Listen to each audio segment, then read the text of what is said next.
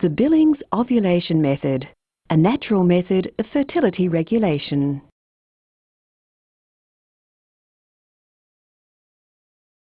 A natural way to achieve pregnancy, postpone or avoid pregnancy, and to monitor reproductive health. This method is easy to learn, it's simple to use, involves no drugs or devices, and therefore there are no side effects.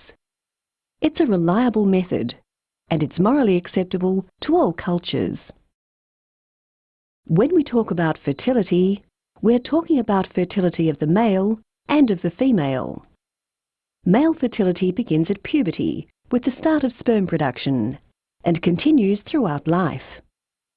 Female fertility also begins at puberty but is cyclic, with the woman being potentially fertile for a few days to about a week each cycle, and her fertility declines to finish at menopause. Male fertility plus female fertility equals couple fertility, the ability to have a baby. It is because the woman's fertility is variable that she needs to be able to understand and identify confidently the different phases of her cycle. Firstly, she needs to understand the function of her reproductive organs. Women are born with 2 ovaries, which contain millions of immature ova or eggs. During each cycle from menarche to menopause, 1 or more eggs will mature and develop and be released at ovulation. The ovaries produce the hormones estrogen and progesterone, which control other aspects of the woman's fertility. The fallopian tubes lead from the ovaries to the uterus. It is through these tubes that the sperm have to travel to reach and fertilize the ovum or egg if conception is to occur. Then the fertilized ovum, the embryo, must travel back along the tube to the uterus, where it will implant and the baby will grow.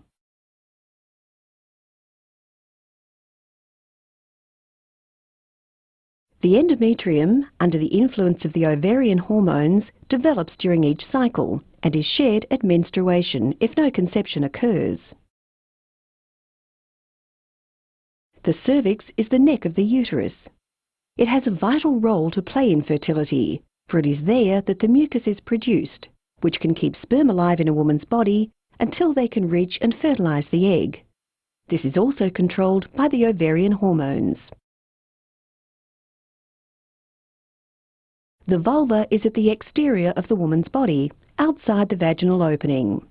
It is highly sensitive, and the woman using the Billings method learns to tune into the sensations felt at the vulva as she goes about her daily activities. She feels the presence of mucus, which has flowed down from the cervix, and this alerts her that she is in her fertile phase.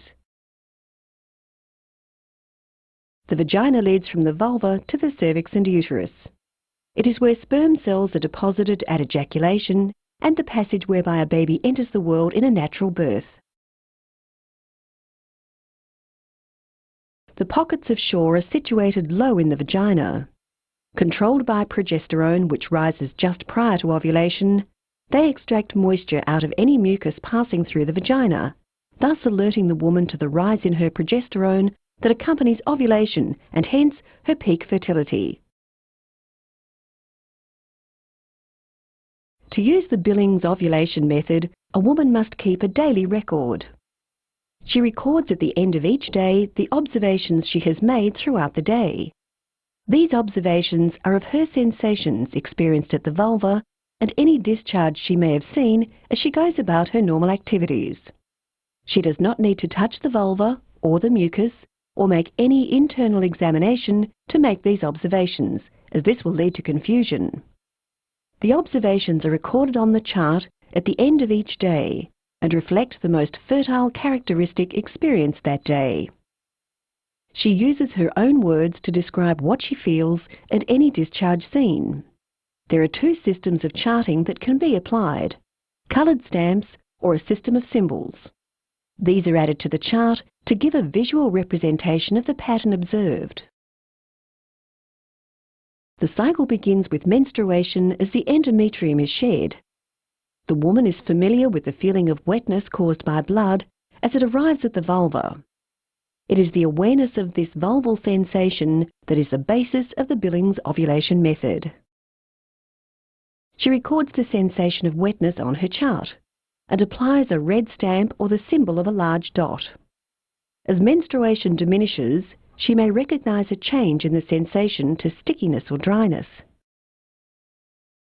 In most cycles following menstruation, a dense plug will form in the cervix.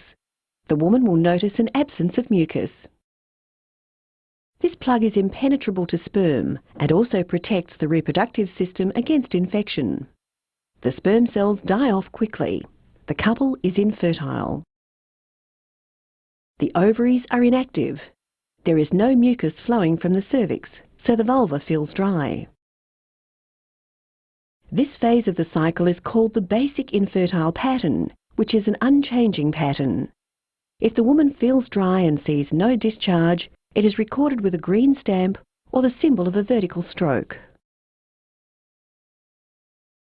Another woman may experience an unchanging pattern of discharge which stays the same day after day and cycle after cycle. This is her basic infertile pattern. In cycles of average length, it is caused by small fragments breaking off the lower part of the plug, resulting in this slight discharge. At this time, the couple is infertile. In the first cycle of charting, this discharge is recorded with a baby stamp or the symbol of a circle. In subsequent cycles, when the pattern is seen to be unchanging from cycle to cycle, it is recorded with a yellow stamp or an equals sign. 3 cycles are recorded to ensure the woman can identify the first point of change in sensation and/or the appearance of the discharge. As for the woman who is dry, there is no entry of sperm during this basic infertile pattern. The basic infertile pattern for a woman with an average length cycle will be either dry or an unchanging discharge. The fertile phase of the cycle begins when the ovaries start to produce estrogen as the egg develops. Estrogen now stimulates the cervix, causing it to produce a particular type of mucus, which dislodges the dense plug. The woman notices a change in her observations. Sperm can now enter the cervix. The couple is potentially fertile. Sensation is recorded with a baby stamp or circle.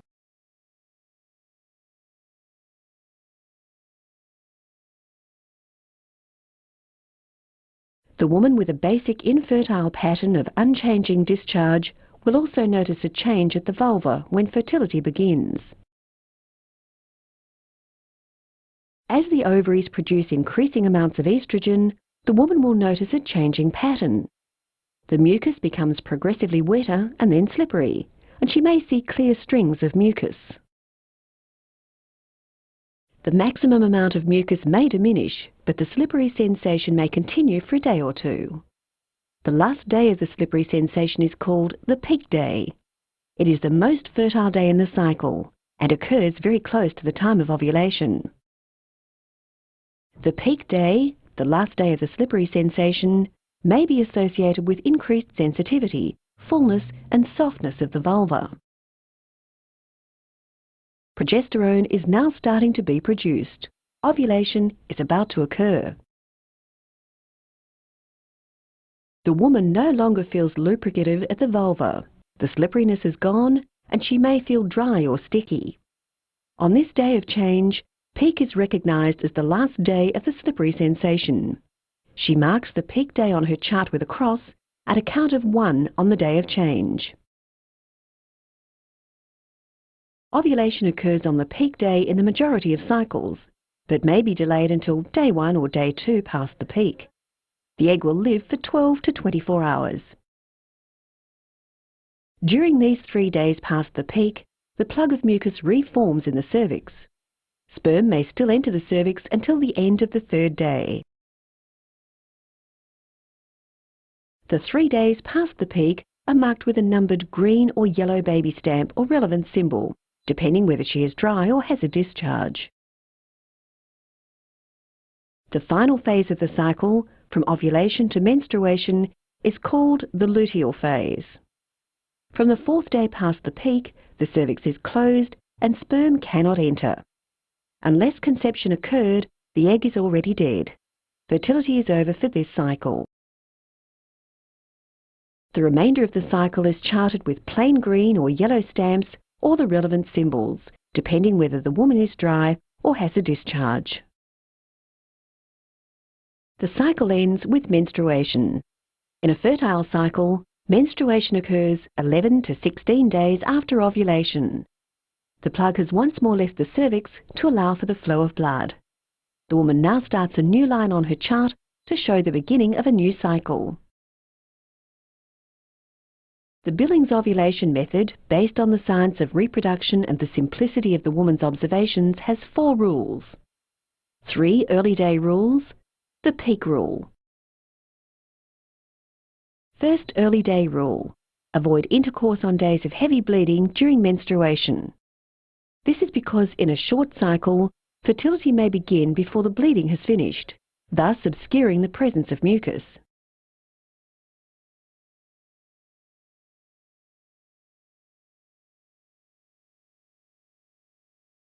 Second early day rule. Alternate evenings are available for intercourse because these days have been recognised as the basic infertile pattern. The couple should wait until evening so that the woman is up and active long enough for the mucus to flow down to where she can feel it at the vulva. If the couple has intercourse in the evening, the woman will feel damp and see seminal fluid the next day. She should not assume that there is no mucus present. The couple waits for a day so that the basic infertile pattern can be confirmed before intercourse is again available in the evening.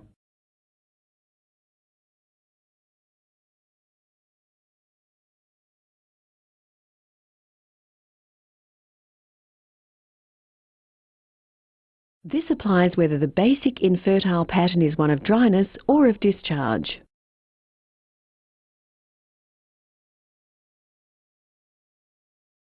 Third early day rule. Avoid intercourse on days of discharge or bleeding, which interrupts the basic infertile pattern. Allow 3 days of basic infertile pattern afterwards, before intercourse is resumed on the 4th evening using the second early day rule. Early day rule 3 is used in every cycle when the change from the basic infertile pattern occurs. If the change proceeds to a peak, the peak rule will be applied.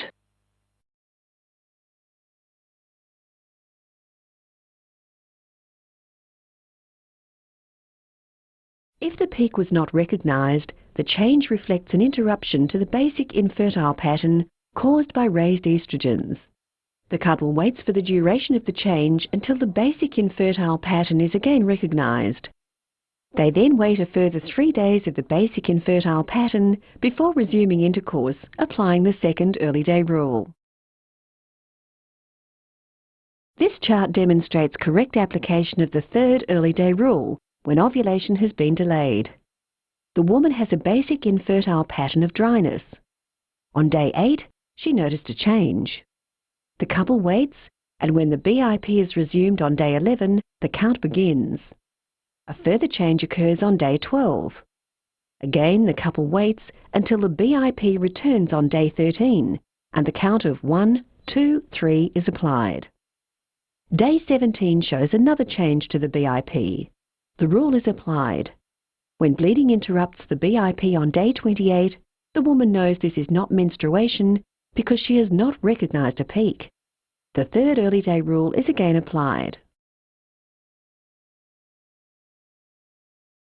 The peak rule. From the beginning of the 4th day past the peak until the end of the cycle, intercourse is available every day at any time. If the intention is to avoid pregnancy, this allows time for the egg to have been released and to have died before intercourse is resumed. Ovulation will not occur again until the next cycle. The Billings ovulation method is an observation of patterns. Potential fertility is recognised by a changing, developing pattern of variable length. Infertility is recognised by the unchanging nature of the pattern. The Billings method can be used to assist couples wishing to achieve pregnancy. The early day rules are applied to enable the couple to recognise the beginning of potential fertility. It is then recommended that intercourse be postponed until the sensation becomes slippery, which occurs close to the time of peak fertility. Intercourse over this time of slippery sensation and for 1 or 2 days following the peak will maximize the chances of conception. The Billings method is a reliable, natural means of avoiding pregnancy. A great deal of scientific research has proved the validity of the rules. The early day rules are applied before ovulation, and the peak rule is applied following ovulation. The Billings ovulation method is scientifically valid, yet is simple to use whether the intention is to achieve or avoid pregnancy. The keeping of an accurate chart and the correct application of the 4 rules will enable the couple to manage their fertility naturally. It can be effectively used throughout all stages of reproductive life, including following childbirth or miscarriage, while breastfeeding, approaching menopause, or when coming off contraceptive medication, whether cycles are long or short, regular or irregular. Independent international trials have shown the Billings ovulation method to be better than 99% effective for avoiding pregnancy when the guidelines have been followed. Couples using the Billings ovulation method to plan their family naturally can attest to its many benefits. It is the most thoroughly scientifically researched method of family planning available today. It empowers couples with a knowledge of their joint fertility. With knowledge comes understanding and respect for the potential of their fertility with its life-giving capacity. Both partners are involved in joint decision-making about their fertility, giving them the freedom to choose in each cycle whether they use the method to achieve or avoid pregnancy. As it is completely natural, there are no unhealthy side effects when using the Billings method. But more than this, the charting reflects the woman's reproductive health, alerting her to any abnormality often before other symptoms are revealed. Thus she will seek medical assistance at an early stage, when treatment is most likely to be effective. Because the method demands that the couple work together to achieve their goals, it enhances the relationship by increasing communication, mutual respect and love. The gentle discipline of abstinence ensures they don't take each other for granted and keeps their relationship fresh and new. In order to ensure success when using this method, the woman must make daily observations and chart accurately at the end of each day. It is best if both partners are motivated and there is loving cooperation in achieving their joint goals for their family.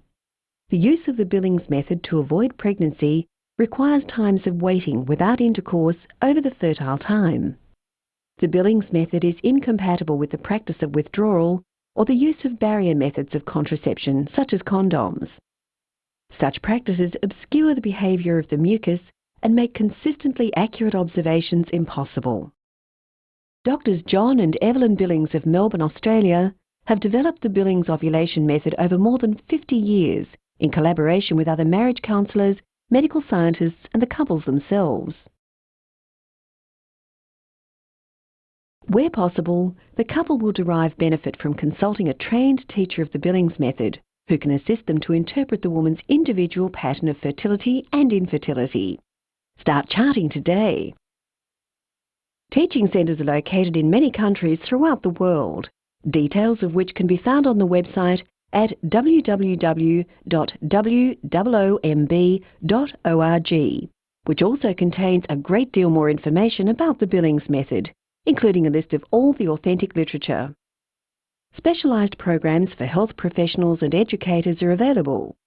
If you would like to become a Billings ovulation method teacher, please make contact with us for details.